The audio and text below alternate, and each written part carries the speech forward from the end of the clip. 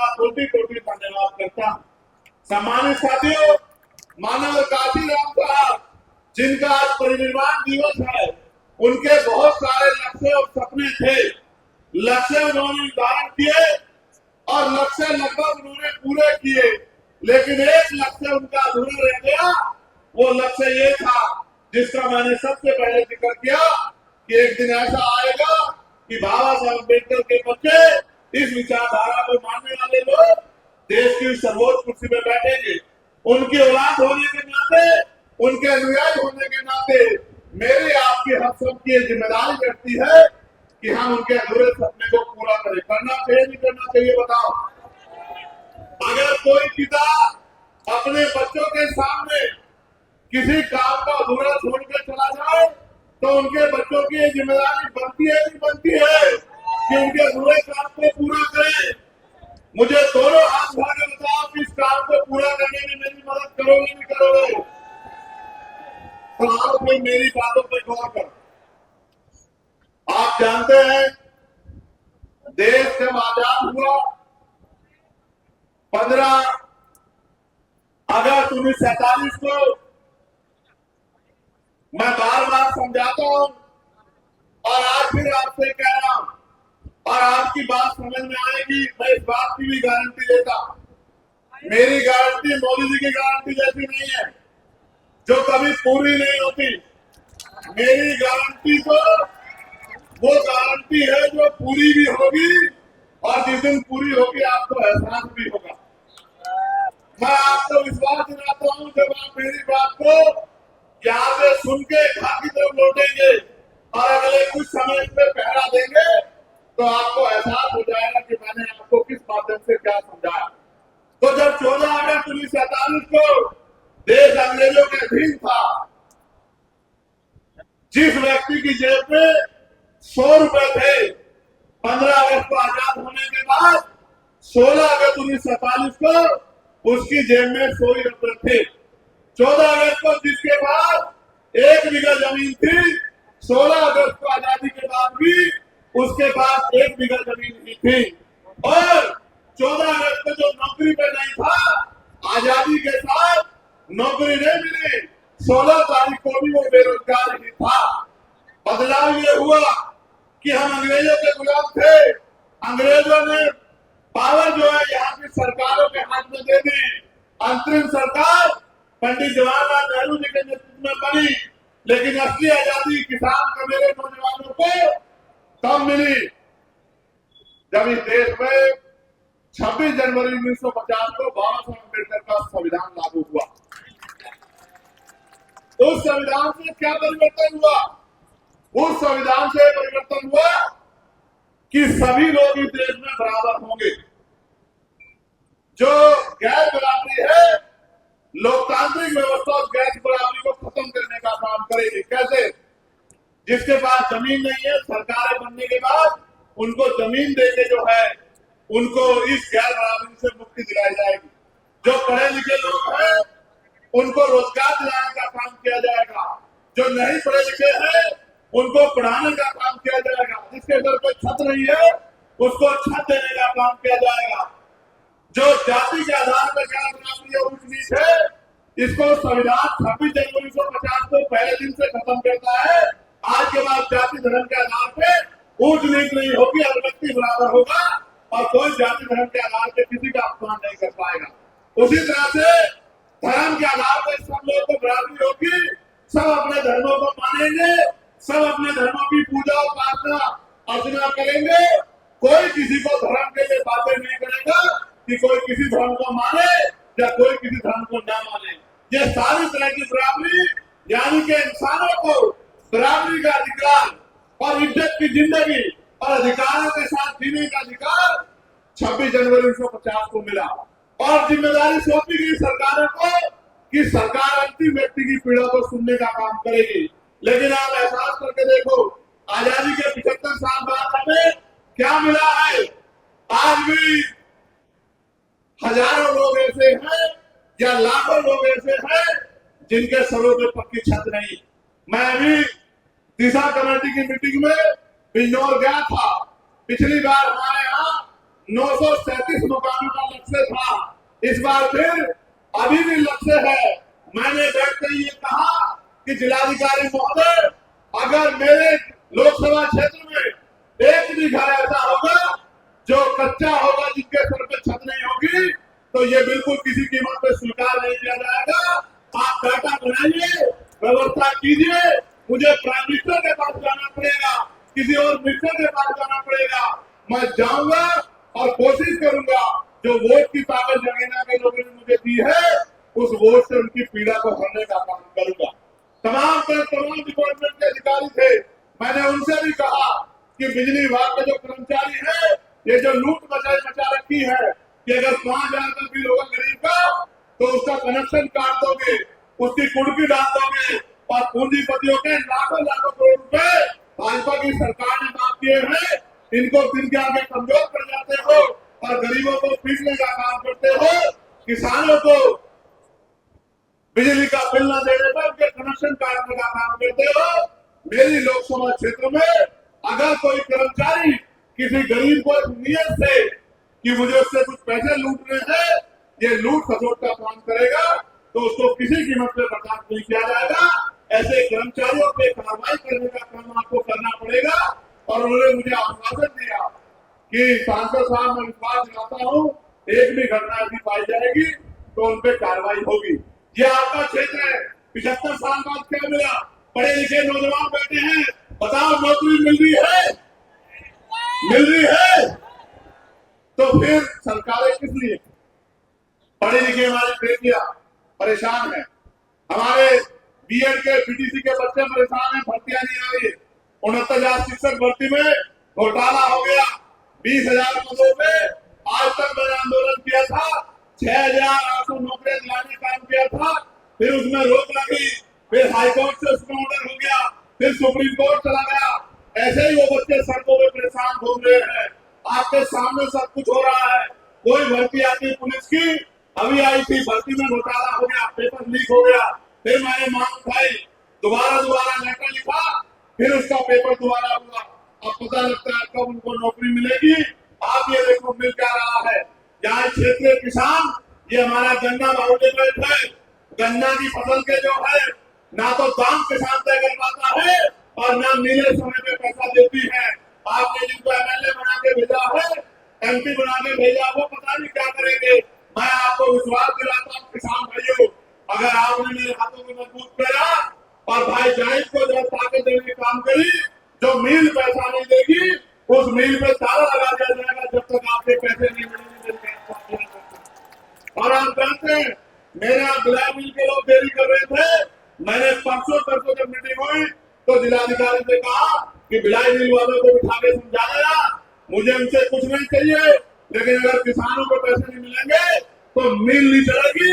इस मिल पे ताला लगाने का काम यहाँ तक मौजूदा सांसद करेंगे, इस बात को ध्यान रखना।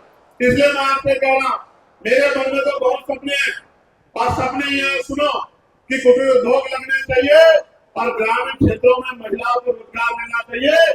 मैं तो बहुत बचपन से देख रहा हूँ, मेरी माए पशुओं पालती हैं और पशुओं का दूध बेच बेच के अपने बच्चों को पालने का काम करती है। पूरी जिंदगी उनकी इसी में बीत जाती है, या वो कोयलों पे काम करती है, या वो भट्टों पे काम करती है, या फैक्ट्रियों में जाकर सर पे ईंटें उठाती है। आज तक भी देश में महिलाओं को सम्मान की जिंदगी दिलाने का काम सरकार ने नहीं किया। आप किसी क्षेत्र का मामला उठा के देख लो, बहन बेटियों के जिस तरह का जुल्म हो रहा है, कानून व्यवस्था के बैठे लोग उस तरह से बहन बेटियों के सम्मान की सुरक्षा नहीं कर पा रहे हैं। इसलिए मैं तो चाहता हूँ कुटीर उद्योग लगे ब्लॉक स्तर पर और महिलाओं को घर में रोजगार मिलने का काम हो, सम्मान की जिंदगी मिले और 15-20 हजार रुपए का रोजगार मिले। और जो पढ़े लिखे नौजवान है उनको अगर सरकार नौकरी नहीं दे सकती तो जब तक वो बेरोजगार है, बेरोजगारी भत्ता दिलाने का काम करे और साथ साथ इंडस्ट्रियल एरिया लग के, उद्योग धंधे लग के हजारों नौजवानों को जिलों में नौकरी मिलने का काम हो। जिन माँ बाप ने अपना पेट काट के जो है उनको पढ़ाने का काम किया, इस उम्मीद से कल मेरी लाठी बनेगा, उन माँ बाप को भी कुछ सुकून मिले। मैं तो गरीब परिवार से आता हूँ और हमारे नेता बैठे हैं, मैं कहूंगा कि वो गौर करें। ये आज की जिंदगी का मामला बताने में झूठ तो नहीं बोल रहा हूं। आज गरीबी का आलम ये कि बेटा पिता के सामने हाथ फैला के कहता है कि मुझे सामान चाहिए, और बाप चाहता है कि अपना दिल निकाल कर दे दे अपने बच्चे के लिए, लेकिन जेब में पैसे नहीं होते तो आंख में आंसू लेके चला जाता है, चला जाता है। बताओ मैं झूठ तो नहीं कह रहा हूं, ये सच है नहीं है बताओ। तो इस देश में जो अमीरी और गरीबी की खाई खड़ी कर दी है, इस खाई को पाटने के लिए लोकतांत्रिक व्यवस्था में इन निकम्मी सरकारों को हटा के काम करने वाले लोग को आपको बिठाना पड़ेगा। और जिस दिन काम करने वाले लोग आगे, मैं लिख के देता हूं कि किसी गरीब का हाथ फैलेगा नहीं, वो गरीब का इतना सक्षम होगा कि वो किसी दूसरे की मदद कर सके। जो पॉलिसी हमारी मैंने पार्लियामेंट में भी उठाई, आपने सुना भी होगा, और मैं आपको कहता हूं बताना कितने पॉलिसी दिए क्या, कि एजुकेशन पॉलिसी ऐसी होनी चाहिए कि चाहे प्राइम मिनिस्टर का बेटा हो, या राष्ट्रपति का, या मुख्यमंत्री का, या केंद्रीय मंत्री का, या स्टेट मिनिस्टरों का, या डीएम का, एसएसपी का, सीओ का, दरोगा जी का, या गांव के सरपंच का, जिला पंचायत का, या आम मजदूर किसान का बेटा, सबकी पढ़ाई सरकारी स्कूल में होनी चाहिए। होनी चाहिए, मुझे बताओ क्यों होनी चाहिए? सुनो, अमीर तो पढ़ा देंगे प्राइवेट में, गरीब कहां पढ़ाएगा?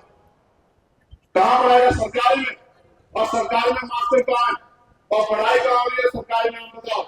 और अगर सरकार में पढ़ाई लानी है तो फिर जिलाधिकारी के बेटे को पढ़ाओ, एसएसपी के बेटे को पढ़ाओ, मंत्री के बेटे को पढ़ाओ, विधायक के बेटे को पढ़ाओ, क्योंकि कानून को बनाते हैं, कानून को वो लागू कराते हैं। जब उनके बच्चों को अच्छी पढ़ाई मिलने की बात आएगी तो गरीब किसान मजदूर के बच्चे को भी अच्छी पढ़ाई मिलेगी। और जो जेब कटाई होती है इस नाम पर प्राइवेट स्कूलों में, वो जेब कटाई बंद हो जाएगी। मैंने कहा पार्लियामेंट में कि हेल्थ पॉलिसी ऐसी होनी चाहिए कि गरीब को भी बेहतर से बेहतर इलाज मिलेगा। कैसे? अमीर तो प्राइवेट में चला जाएगा, गरीब तो आ जाएगा। बताओ कहां जाएगा? तो मैंने कहा कि सरकारी अस्पताल में सुविधा तब आएगी, डॉक्टर तब मिलेगा, मशीनें तब होंगी, टेस्ट तब होंगे, दवाइयां तब मिलेंगी जब जिलाधिकारी का बेटा, उप जिलाधिकारी का बेटा, बीडीओ का बेटा, सीडीओ का बेटा, जब विधायक का बेटा, मंत्री का बेटा, और खुद बीमार होने में ये सब लोग, उनके परिवार के लोग, और मुख्यमंत्री हो, उप मुख्यमंत्री हो, या मिनिस्टर हो, या प्रमुख सचिव हो, या डीजीपी हो, जितने भी अधिकारी कर्मचारी हैं, जितने नेता हैं, संवैधानिक पदों पर सरकारी मानद लेते हैं, गांव में सरपंच से लेके और राष्ट्र तक सबका इलाज सरकारी अस्पताल में होना चाहिए। जब एक बेड पे किसान लेटा होगा और दूसरे बेड पे जिले के जिलाधिकारी लेटे होंगे, या एसएसपी लेटे होंगे, बताओ अच्छा इलाज होगा नहीं होगा? आप बताओ, बताओ होगा नहीं होगा? बताओ। और आज जो प्राइवेट में जाकर जेब कटाई होती है, बात होगी नहीं होगी? आपके जीवन में बदलाव होगा नहीं होगा? तो मैं तो कोशिश करता कि ऐसी पॉलिसियां बने। मैंने एक मांग उठाई थी 29 जुलाई को, आप ऑन रिकॉर्ड पढ़ लेना कि पार्लियामेंट में जाने के बाद हमने क्या प्रयास किए हैं। मैंने मांग उठाई थी कि न्यूनतम वेतन 700 रुपए होना चाहिए, 300-400 रुपए की मजदूरी में गरीब अपने बच्चों का पेट नहीं पाल सकता, महंगाई इतनी बढ़ गई है। तो सरकार को न्यूनतम मजदूरी जो है अभी 10-12 दिन पहले वो बढ़ाकर 783 रुपए करनी पड़ी, और अक्टूबर के 1 माह से 1 तारीख से वो लागू हुई। ये किया हमने पार्लियामेंट में जाके। और साथ साथ ये जो हमारे पुलिस के भाई हैं उत्तर प्रदेश के, इनको 12 घंटे 14 घंटे 16 घंटे ड्यूटी करनी पड़ती है। मैंने इनके लिए भी मांग उठाई कि इनको 8 घंटे की जो है ड्यूटी होनी चाहिए, और सप्ताह में 1 दिन इनको छुट्टी होनी चाहिए, और बॉर्डर स्कीम से इनको जो है बाहर करना चाहिए। इनकी वेतन विषमता दूर होनी चाहिए इनको भी, क्योंकि ये भी जनता की सेवा के लिए है, तो इनकी परेशानियों को भी सरकारों को सुनना चाहिए। मैंने होमगार्ड के भाइयों का वेतन बढ़ाने की मांग उठाई। मैंने आशा आंगनबाड़ी भोजन माता जो है, जिनको 2-4-6 हजार रुपए मिलते हैं, उनका वेतन 21,000 रुपए मिनिमम होना चाहिए। इस बात की मांग भी मैंने उठाई। और जो ग्राम में सेवक है, इनको ग्राम रोजगार सेवक कहते हैं। इनका एक पत्र भी मेरे पास आया है, जिनको ग्राम प्रहरी कहते हैं, चौकीदार कहते हैं। इनकी वेतन वृद्धि हो, इनको भी न्यूनतम 20,000 रुपए वेतन मिले, इसकी मांग भी मैंने पार्लियामेंट में उठाने का काम किया। पार्लियामेंट में तो मैं इस मांग को जोर शोर से उठा रहा हूं, लेकिन असेंबली में कौन उठाएगा? मैं असेंबली का हिस्सा नहीं हूं। असेंबली में वो उठाएगा जिसको आप चुन के अपनी वोट से विधानसभा भेजने का काम करोगे। मजदूरों के बच्चों को अच्छी पढ़ाई मिले, गरीबों के बच्चों को अच्छी पढ़ाई मिले, पढ़े लिखे नौजवानों को रोजगार मिले, कौन उठाएगा? जिसको आप चुन के भेजोगे। आपको तो घोटाला कर दिया गया है, वरना लोगों के पास तो 2027 में आएगा। आईफोन है ही नहीं, मैं आपको कहना चाहता हूँ, अरे यार ये केवल टाइम क्या मेरे काम में कभी है? यार ये तो कोई ऐसी एक काम बताओ जिस पे आपके लिए लड़ता नहीं। क्या कभी आपके लिए जेल की परवाह करी? क्या लाठी की परवाह करी? और तो गोली भी खाने वाली क्या बोलो से कहा? तो जब मैं पीछे नहीं हट रहा हूं तो महापुरुषों के सपने को पूरा करने के लिए आप लोग क्यों पीछे हटना चाहते हो? बताओ, मदद करोगे नहीं करोगे? मैं विश्वास दिलाता हूं किसान भाइयों को कि किसान किसी के दफ्तर में कागज लेने नहीं खड़ा होगा। अगर उसने मुझे ताकत देने का काम किया, भाई जायज को ताकत देने का काम किया, वोट की ताकत से मजबूत करने का काम किया, मैं आपको विश्वास दिलाता हूं हम संघर्ष करेंगे, इतना संघर्ष करेंगे कि हर गांव तक, गली गली तक जाएंगे। हमने तैयारी कर ली है। ये इम्तिहान है मीरापुर के लोगों, इस इम्तिहान को अपना इम्तिहान बना लो। ये जो मेरा इम्तिहान है, जायज का इम्तिहान है, आजाद समाज पार्टी का इम्तिहान है, इसको अपना इम्तिहान बना के एक ताकत यहाँ पे बना के दे दो।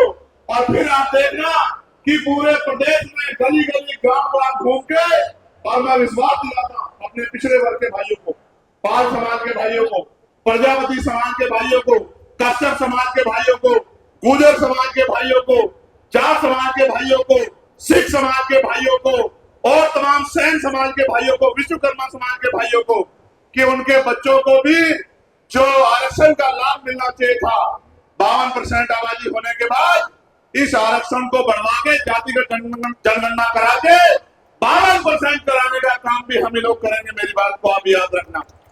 मैं तो आपसे कह रहा हूं, डर के साए में क्रिश्चियन समाज के लोग, मुस्लिम समाज के लोग, कोई दाढ़ी पकड़ के मार देता, कोई टोपी पहनने में मार देता। और आज तो आलम क्या हो गया, एक माहौल बनाया जा रहा है वीडियो बनवा के कि हर धर्म के इसके खिलाफ, कभी बुद्धिस्टों के खिलाफ, कभी सिख भाइयों के खिलाफ, और ट्रेंड बना के हजरत पैगंबर मोहम्मद साहब के खिलाफ जिस तरह की बयानबाजी करके जो है वही बंटवारा करने का, हिंदू मुस्लिम करने का जिस तरह का प्रयास किया जा रहा है, ये भी किससे छिपा हुआ नहीं है। और ये जो लोग भाषण देते हैं, चाहते हैं, मैं आपको भी सावधान करते हुए कहना चाहता हूं, ये चाहते हैं कि आप रिएक्शन करें, सड़कों पे आए, और जब आप सड़कों पे आएंगे तो इनका एजेंडा कामयाब हो जाएगा। जो सरकारों में लोग बैठे हैं, मैं आपको कहता हूं, आप मत आओ सड़कों पे। जब आपने हमें वोट दी है और हमारा साथ देने की बात कर रहे हो, तो आप पे आंसू पोंछने का काम और आप पे हर उठी हुई उंगली को रोकने का काम हम लोग करेंगे। इस बात का भी मैं आप लोगों को विश्वास और वचन देता हूं। लेकिन मैं आपसे कह रहा हूं, इनकी कठपुतली मत बनो, इनकी बातों में मत आओ, ज्यादा लापरवाह मत बनो। आप समझदार लोग हैं, ये कोई बहुत ताकतवर लोग नहीं है जो इस तरह की भाषा का प्रयोग कर रहे हैं, और किसी धर्म के लोग इनको पसंद नहीं कर रहे हैं, यहाँ तक कि हिंदू धर्म के लोग भी इनको पसंद नहीं करते। लेकिन ये अपने नेताओं के एजेंडों पे काम कर रहे हैं। हमें समझदारी दिखानी है, लापरवाही नहीं करनी। मैं आपको भी कहना चाहता हूं, जाहिद भाई प्रत्याशी है और वो मेहनत कर रहे हैं, और